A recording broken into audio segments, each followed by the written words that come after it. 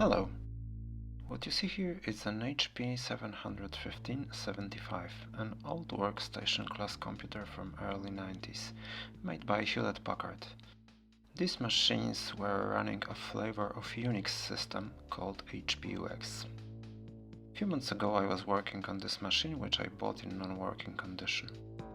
Computer was powering up, but there was no screen activity and diagnostic LED indicator on the front panel displayed error code decoded as HPMC due to cache error. HPMC is abbreviation for High Priority Machine Check, something like a non-maskable interrupt which halts the system due to unrecoverable hardware error.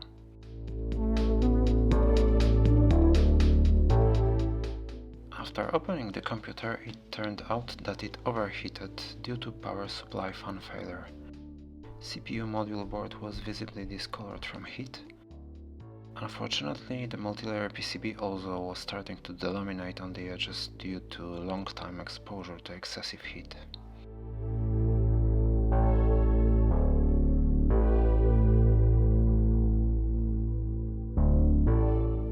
I have replaced failed fans in power supply in earlier video. I have also temporarily replaced motherboard with slower 715-50, but now it's time to examine and try to fix failed CPU module from 715-75.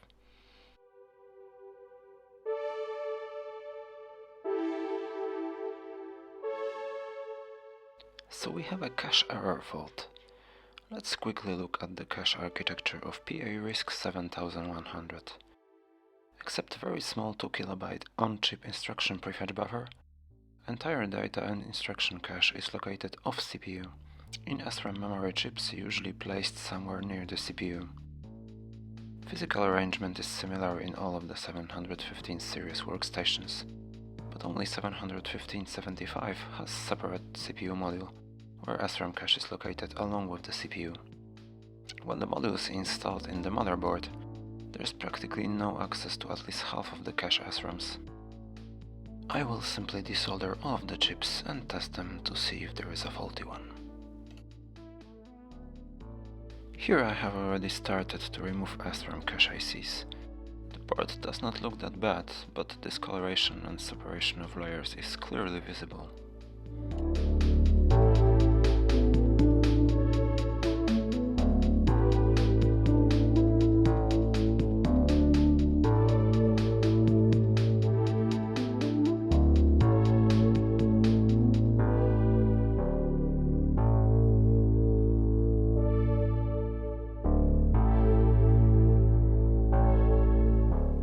Here is visible how first thin layer of overheated PCB is raising when exposed to heat from hot air.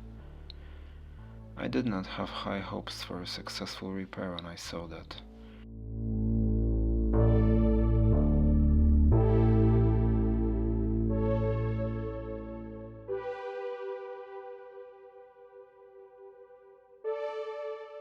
After removing all SRAMs, I have examined state of traces visible on the board.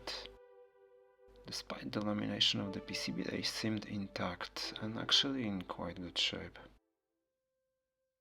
My main concern was if layers of the laminated board are still properly interconnected, but there was no way to tell until first suspect, that is cache memory chips, were verified.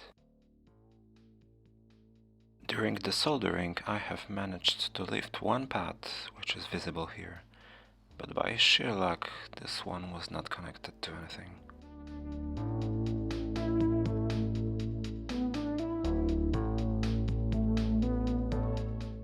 To test SRAM chips I will use my custom chip tester, for which I have prepared a converter from SOJ28 package to standard dual inline package. It's a universal logic tester based on NXP microcontroller, and it is able to test a lot of different ICs, TL logic, SRAMs, DRAMs and many others. There are two kinds of SRAM on the module: Motorola MCM6706A 32K x8 and Cypress CY7B185 8K x8. First I will wire the tester for Motorola. and test all of the Motorola chips. Motorola chip uses 14-bit address bus to address 32 kilobytes. I am configuring the tester for 14-bit address bus, 8-bit data bus, and 5 test loops for each IC. And now I am attaching a command starting the test to a button on a tester. Now let's run the test.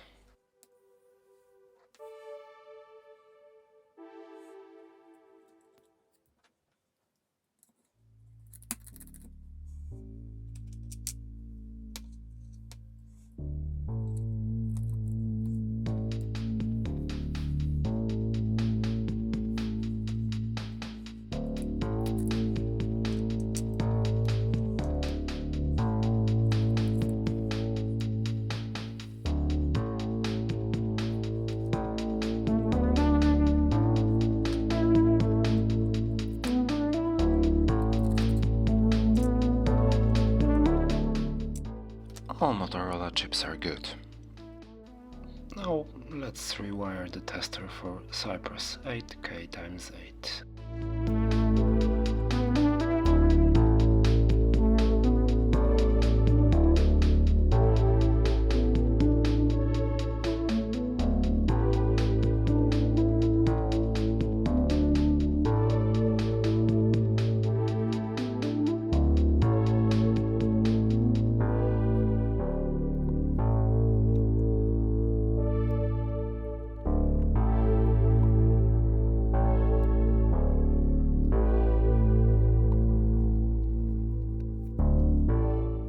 As Cypress chip is smaller than the previous one, has only 8K, it uses only 13 bits for address bus. So let's set up the tester for 13-bit address bus, 8-bit data bus, and as previously 5 test loops.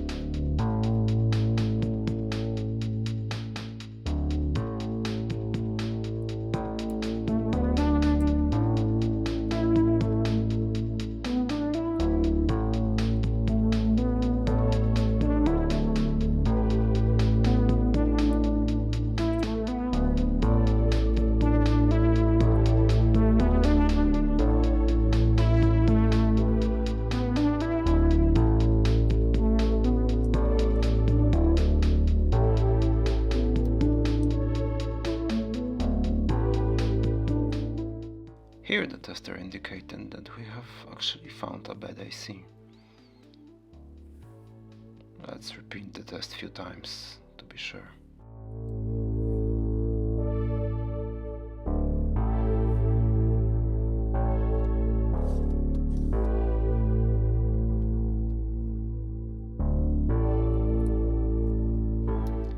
So there is one bad Cypress 8K×8. These are very old ICs from early 90s. I will try to find them online and order a few of them.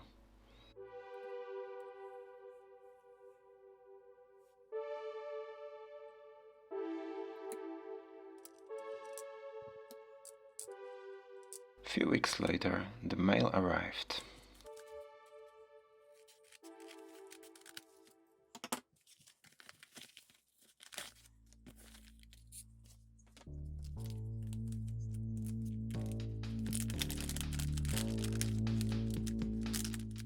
And here we have two brand new Cypress CY7B185s.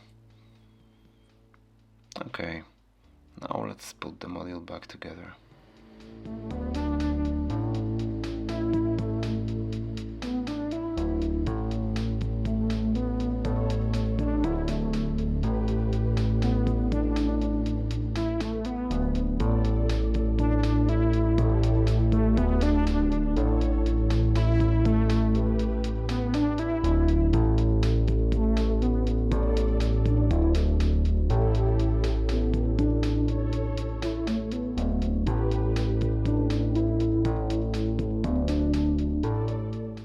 oxidization of the pins, it was difficult to solder these old chips back.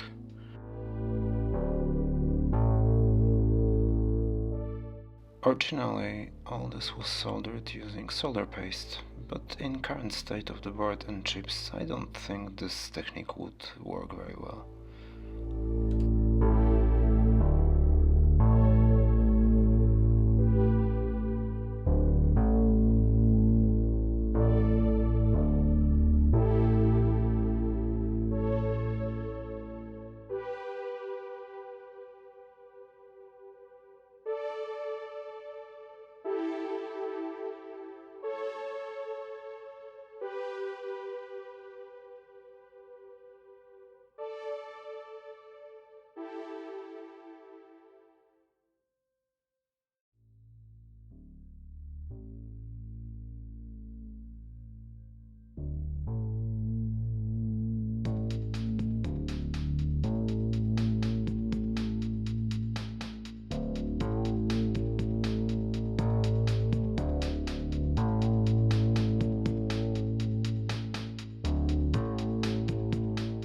Here's the rebuild board. The edge where PCB overheated the most started to slowly fall apart.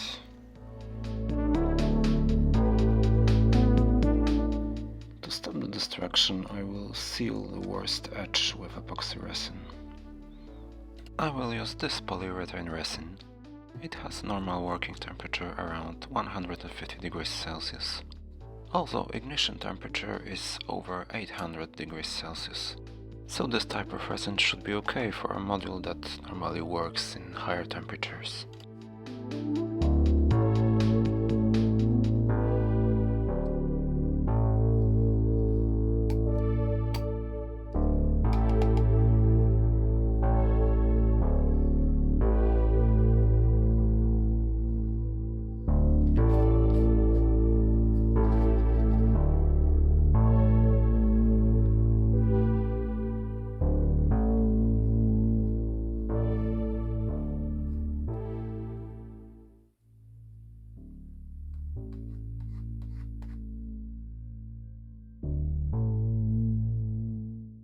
Board after sealing it with epoxy.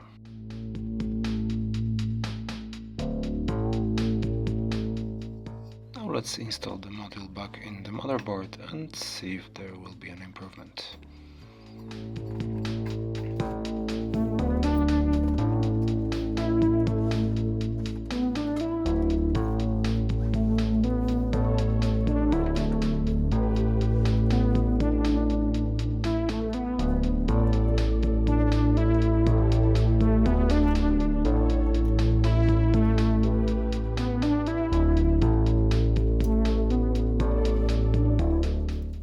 I will just do a quick test without installing the board in the computer, with a minimal amount of RAM borrowed from currently installed board.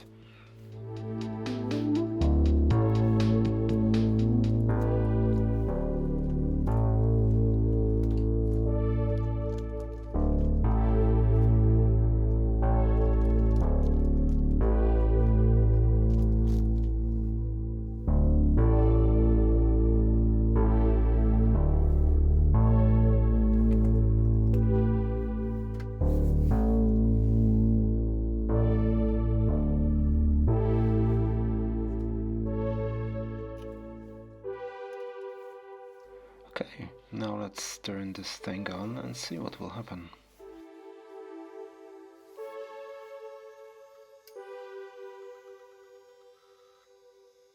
The system LED indicator seems to show an improvement. Let's look at the monitor. And we have a success. Our monitor has appeared on the screen and it's searching for boot devices. No more CPU cache error.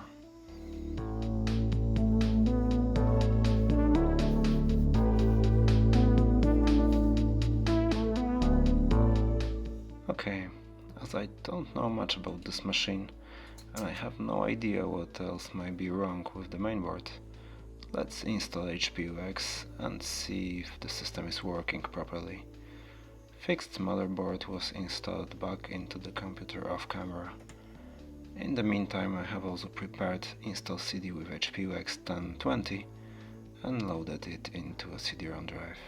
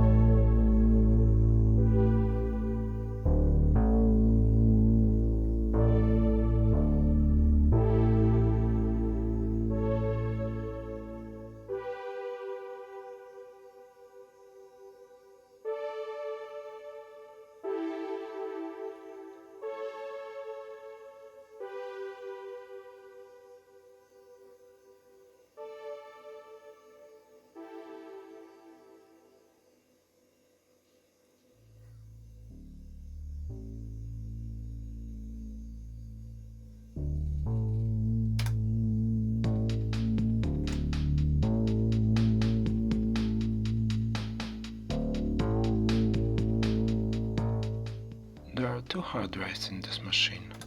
I will use a larger one for the system.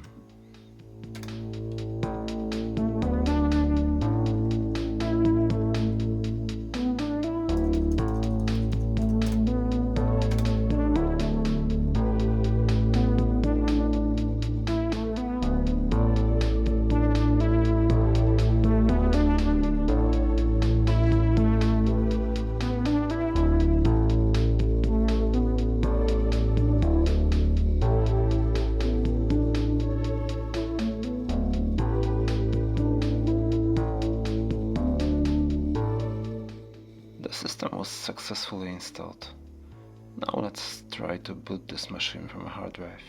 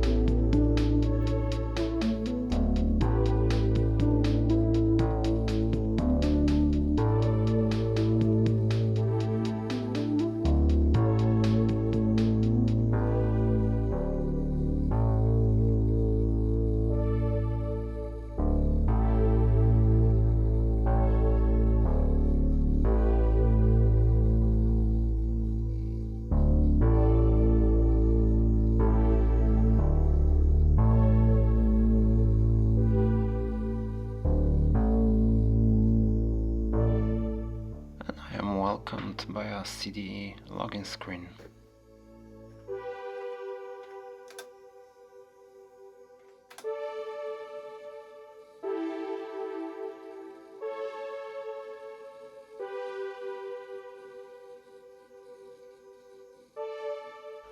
Everything indicates that now I have a fully functional HP 715/75, which I can add to my collection of Unix workstations.